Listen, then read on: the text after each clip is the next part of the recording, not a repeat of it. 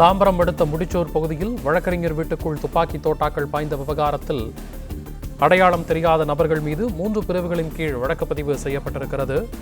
தாம்பரம் முடிச்சூர் துப்பாக்கி தோட்டா பாய்ந்த விவகாரத்தில் அடையாளம் தெரியாத நபர்கள் மீது வழக்குப்பதிவு செய்யப்பட்டிருக்கிறது.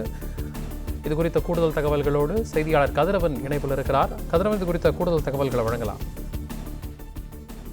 சென்னையை அடுத்த மேற்கு தாம்பரம் மாந்தோப்பு மீனாம்பாள் தெருவை சேர்ந்தவர் தியாகராஜன் வழக்கறிஞராக பணியாற்றி வருகிறார். அப்பகுதியில் உள்ள மாடி வீடு ஒன்றில் மனைவி பிரியா, மகன் விஷால் மற்றும் பிரியாவின் தாயாருடன் வசித்து வருகிறார். கடந்த 2 தினங்களுக்கு முன்பாக தியாகராஜன் வீட்டில் இல்லாத நிலையில இரவு நேரத்தில் அவரது வீட்டில் திடீரென ஒரு பயங்கர சத்தத்தோடு கண்ணாடி, அவர் வீட்டின் ஜன்னல் கண்ணாடியில் உடைந்திருக்கிறது. அங்கு சென்று பார்த்தபோது துப்பாக்கி குண்டுகள் கிடைக்கப்பட்டிருக்கின்றன. இது குறித்து தாம்பரம் போலீசார் கிடைத்த தகவலின் அடிப்படையில் போலீசார் துப்பாக்கிகளை கைப்பற்றினார்கள். அதே போல மறுநாள் அந்த பகுதியில் இருக்கக்கூடிய வீடுகளை சுற்றி சோதனை செய்த போது காந்தி நகர் பகுதியில் இருக்கிற வீட்டின் அருகே மேலும் 5 குண்டுகள் கைப்பற்றப்பட்டன.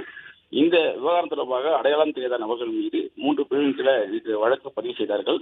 விமானப்படை பயிற்சி மையத்தின் அதிகாரிகளும் சம்பவ இடத்தில் ஆய்வு மேற்கொண்டு விமானப்படை துப்பாக்கி சுடும் பயிற்சி மையத்திலிருந்து இந்த குண்டுகள் வந்ததாகவும் உறுதி செய்யப்பட்டன.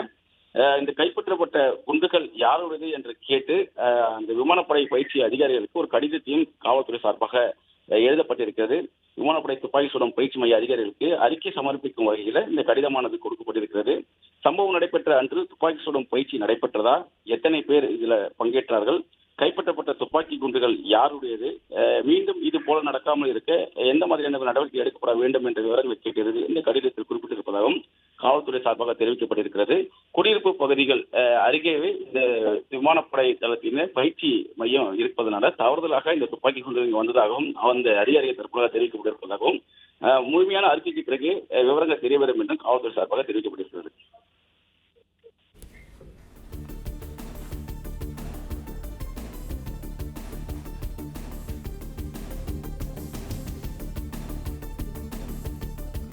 தகவல்களுக்கு நன்றி கதிரவன்.